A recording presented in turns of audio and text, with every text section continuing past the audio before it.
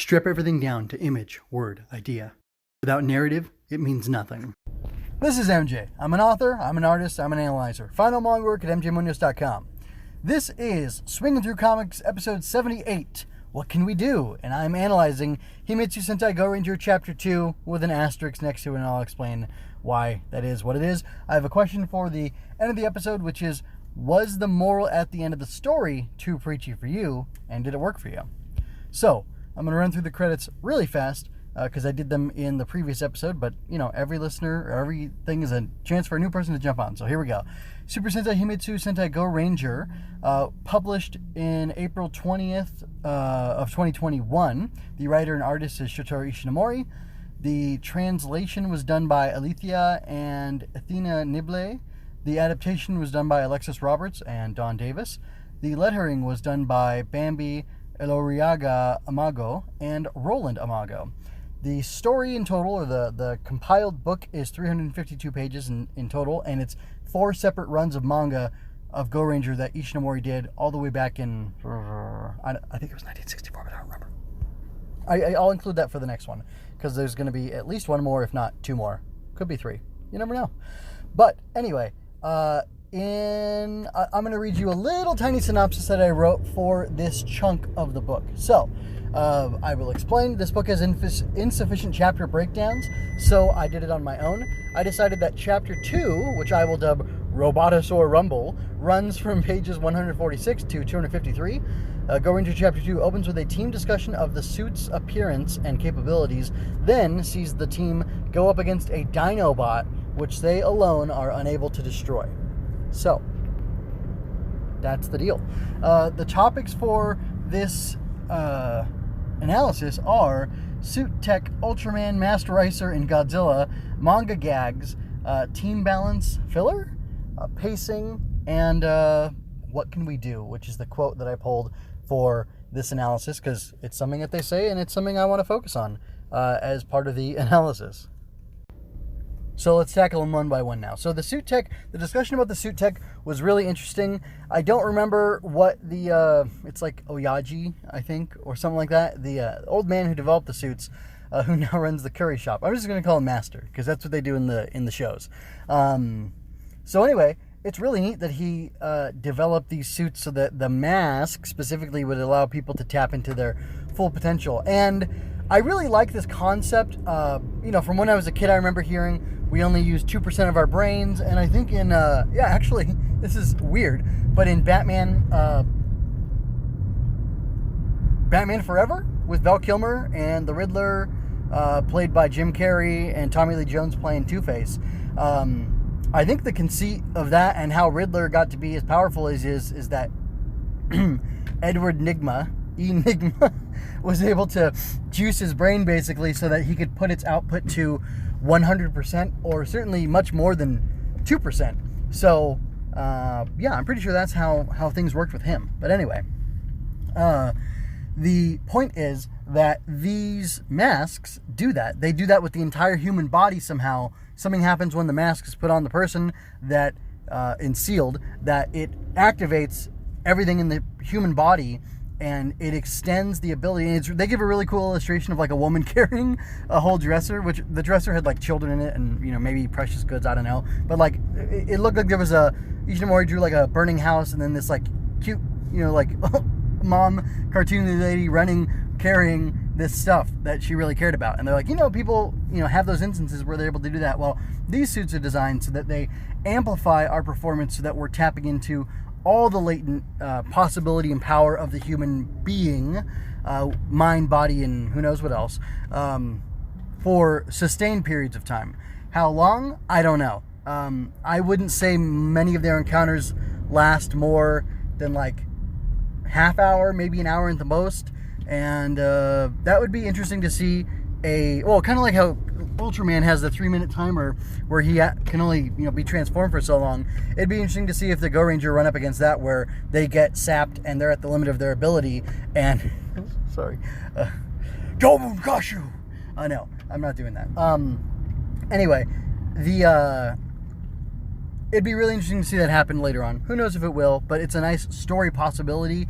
And I just like the idea, like the sci-fi idea that humanity, or that, you know, we as people are limited in a certain way as far as the output of our capacity, or we're limited in our output, but we have the capacity to have such a greater output than we have at normal times that it can be brought out by this type of device. I think it's a really neat idea. So that's one thing. And I also like the fact that, like, there's the line in the middle of the Gorenger 1 helmet, because it was the first developed. It was the, you know, prototype, and it wasn't quite as finished as the other one, so they all had a tweaked design after that. So I think it's pretty neat. And it's also a fun, you know, metatextual addressing of why they look different from each other, because why shouldn't they all just have the same, you know, mask or whatever? Maybe he thought it was too much of a problem with Kamen Rider, because Rider 1 and Rider 2 look very similar, especially if you were to draw them in a manga version. Like, there'd almost be no way to tell the difference unless you were seeing the stripes. I think that's, yeah, the stripes are the problem. Anyway, moving on. The Ultraman, Masked Ricer, and Godzilla references were fun. I don't know if the fishermen or whatever were asking for Godzilla to come fight the like Loch Ness Monster type thing, the dinosaur robot, the Robotosaur. But that was fun to have those references. You know, this is the second time Ultraman's been brought up, and Masked Rider, actually. So it's fun, it's cute, it's in the times, and it works for me as a fan of those things, because those things were all around for years before. I think Godzilla predated. It was 54, so it was like 10 years old. Ultraman, I think, came out in 62. Wait a minute, when did he make this? Now I'm all confused, because I was thinking that Gorenger came out in 64, but now I'm thinking it's later, because I was kind of thinking about it in reference to Kirby, because, like, their Variballoon splits in pieces and it flies. No, it doesn't. I was confusing the Variballoon. I thought they were going to do like a Fantastic Car thing where it splits apart into separate pieces with the Variballoon, but it didn't do that. Instead, they split up by actually some of the forces going on the ground and some of them staying in the ship to pilot it and attack the Robotosaur. So never mind. That was a little bit of a of a bad direction for me to go with that. So I'm going to move on quickly.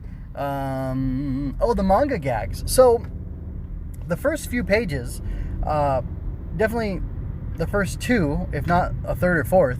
Actually, I think there's like 4 to 6 pages before of like jokey humor, cute, squished, you know, quick cartoony renderings of the Gorenger with their helmets off, and they're like cleaning the helmets, and that's when they get into talking about the suit tech and everything.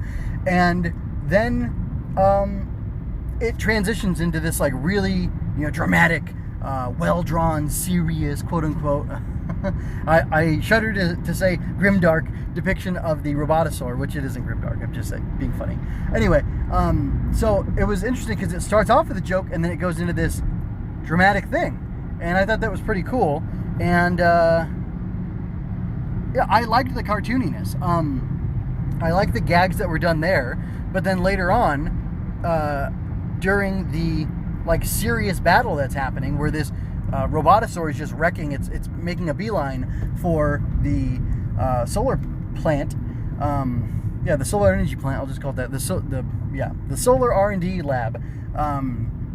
It's just wrecking things as it goes along, and while it's wrecking things and the destruction is serious and the characters are shocked and horrified, I think it's Key Ranger, he's yellow, or no, it's Midori who has the arrow pointing up, I think. Anyway, the one with the arrow pointing straight up, his arrow like flies off of his face, and it's being used in gags during serious moments, which is kind of interesting, and it could have taken me out of it, but it didn't. Like, for some reason, maybe it's the I'm feeling in my mind, I'm thinking the phrase passive voice. The passive voice of manga allows for, and I hadn't thought about this before, but I'm going to go ahead and say it out loud like I already did, but something about the passive voice of manga and the way that the reader has an opportunity to relate to the panels of the manga in a different way than it were in animation or live action or anything like that, allowed me to look at the gag, laugh at it, like chuckle at it, and then move on and not think, oh, that's a tone shift. That is not reflecting the seriousness of this thing, because it is serious. It's a serious story. It starts off with a cute intro with the characters all talking about how the suits work in like a fun way, and then it gets kind of grim, and then it gets funny where it's like the manga, it's almost like Ishinomori is making fun of the medium or using the medium for the purpose of making a joke, and somehow it doesn't detract from the seriousness of the situation that's going on and how desperate they are to stop the Robotosaur. So that's pretty cool. I like that. So team balance, I believe blue. I'm going to just use I know Akka's red, Ao is blue. I think Ki is yellow, Midori's green. I guess so. I do know all the 5 colors, but I think Ki is the big guy, which is yellow. But anyway, I'm pretty sure Ao, or Blue Ranger, is all the way up in the very balloon by himself, because the 3 guys are on the ground, and Momo Ranger is in the lab talking to the scientists, trying to get them to evacuate. So I don't really want to play the game of like gender politics and stuff, because I don't really care, okay? Like, men and women should be treated equally, but women don't have to be soldiers and things to make them be cool. It can be fun. I love Flying Squirrel. I really enjoyed Luca, and actually I Am de Famille, both from Gokaiger. I've enjoyed my share of female rangers, so I don't have anything against them. I don't have a problem with the fact that Radiant Black has, 2 lady team members. And anyway, it's not a problem for me, but it is interesting, and I was kind of thinking like, oh, it's kind of funny. He has Momo Ranger go off and warn the people in the lab, but then again, she is inside of the target that the Robotosaur is going for. So if everybody else fails, she'll die too, just like everybody else. And they're not really taking her out of the action, they're just putting her in a different role. And I'm okay with that. But I almost thought 3 guys on the ground, 1 guy in the very balloon, and then her in the lab trying to get everybody out. Does that work? I think Midori is supposed to be smart, and Ki Ranger is supposed to be like strong and dumb. And I can't quite tell what Momo's supposed to be, but she is strategical, because she does point out by looking at a map, even though, Midori had already said, like, look, it's going in a straight line, that whatever was in front of that line, you could have assumed was the target of the Robotosaur. But Peggy actually put it together, and she figured out, oh, it's this lab over here. And then all of a sudden everybody knew. But then, like, she didn't have the idea to use the, like, death ray, the solar death ray on the Robotosaur, but she didn't really have the opportunity to. Tsuyoshi had the idea instead, and I hadn't quite pegged Tsuyoshi as being an intelligent guy, like a capable fighter, yes, strategic maybe, but and maybe he just saw, oh look, this is a weapon we can use,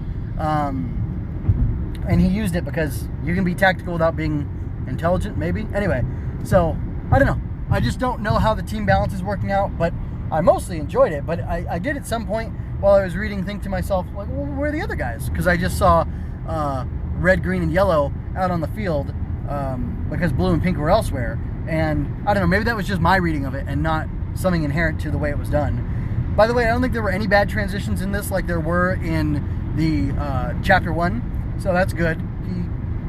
This was a much shorter story, so there's less opportunity for those mistakes, but those were made really early on, so that doesn't really justify it or say anything about it either way, I guess.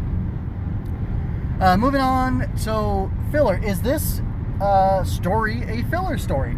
There were no big emotional beats that happened. We don't really get any closer to figuring out who Black Cross Army is, or what they're doing, or where their base of operations is, or anything, other than the fact that they might have been hired by the Saudis, which I find kind of funny. The Saudis or the Russians, one of the two, because they're thinking an oil producing, like an OPEC country, was the one who hired Black Cross to destroy this solar R&D lab in Japan. And that's based on the fact that Black Cross is a profiteering group, and they'll do whatever they can to make money. So, yeah, there's like plot and overall story stuff happening, sort of. Like, we're getting to learn a little bit more about Black Cross Army and what they're like and what they'll do. But to me, this was just an episodic issue, or an episodic story within Gorenger. And I didn't mind it at all. I actually liked it a lot. It was like simple and straightforward, and it was good action. Speaking of which, the pacing was really good, I think is what I was trying to say when I made that note about pacing. I enjoyed it. It just flowed, and it went, and it was a lot of pages. It was, let's see, 140, I don't know, it was like 90 pages or 87 pages, something like that, and it just felt good. Like, it flowed, and it was a fun story. Like, you had the gag in the beginning, or them talking about the suit, and there's, you know, some comedy there, and then you have a couple jokes as like the threat of, or as the Robotosaur appears, and then it gets more and more like dangerous, and they figure out what the threat is, then they figure out that it's unstoppable, which is really cool too. I forgot to mention that as a topic.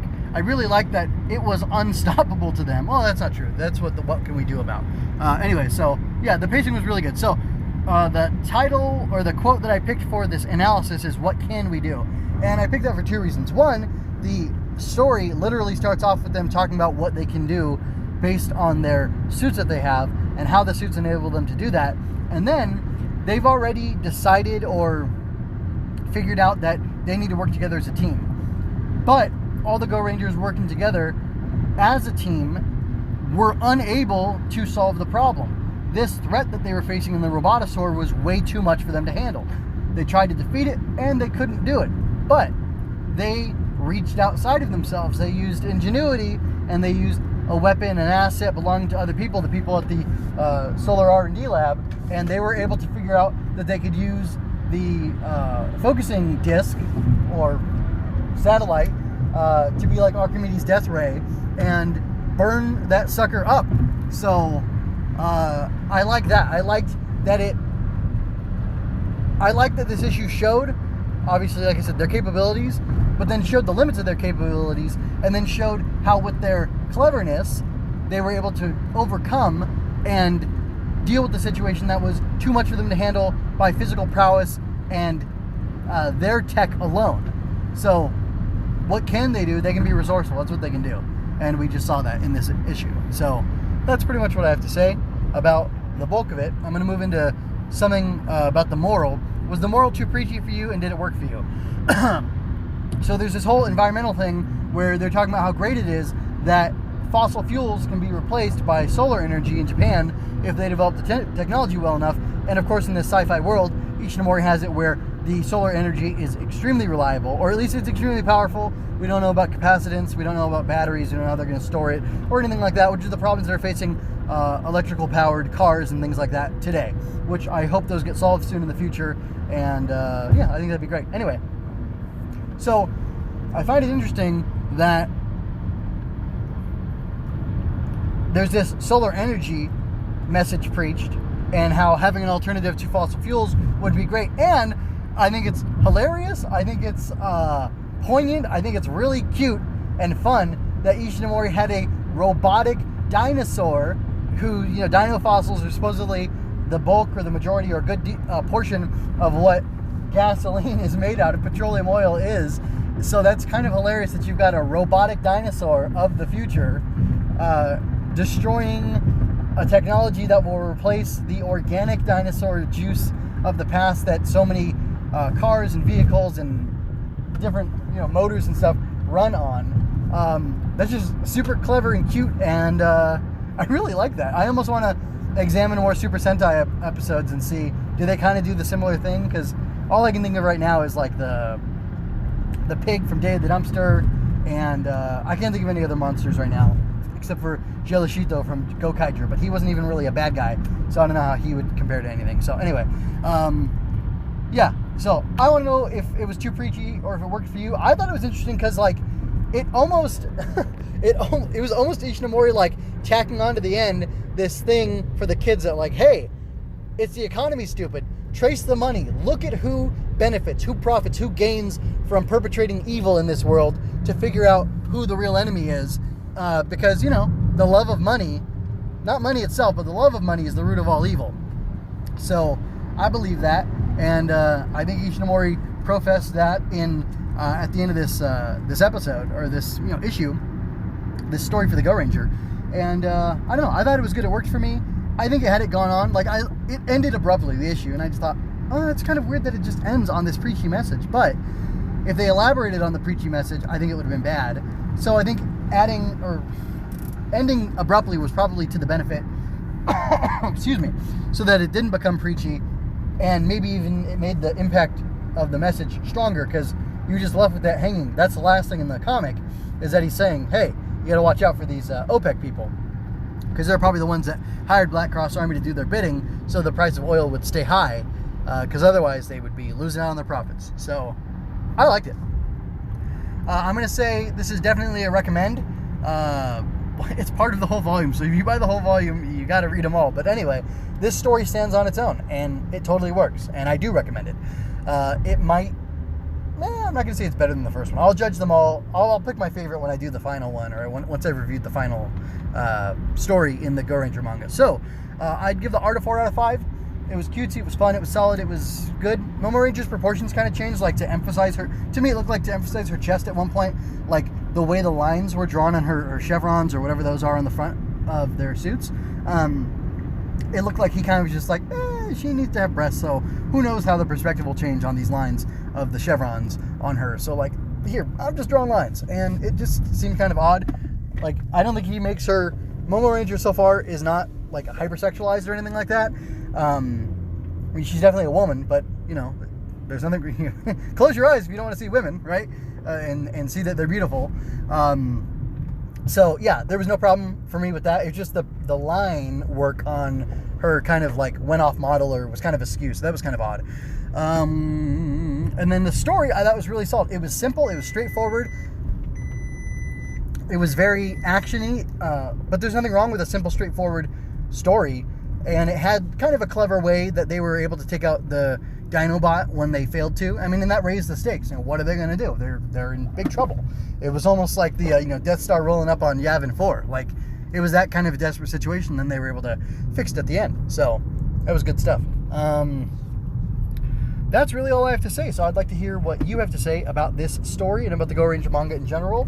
And yes, I think that is it. Check out mjmunoz.com for more stuff, more swinging through comics, more of me talking about Ishinomori. This is releasing the week of his 84th anniversary of his birth in 2022. So there's I think by now 3 things, and I'm going to try to do at least one more to have a total of 4 things for this week of celebrating Ishinomori. And yeah, that's all I have to say. Check out the top of the website, mjmunoz.com, has an author, artist, and analyzer menu. And under those, I'm tagging things so that you can look through and see all the stuff I've written, all the stuff I've drawn, or the character designs and such that I've done, and all the things I've analyzed from the various different shows. So Book of Boba Fett is going on right now.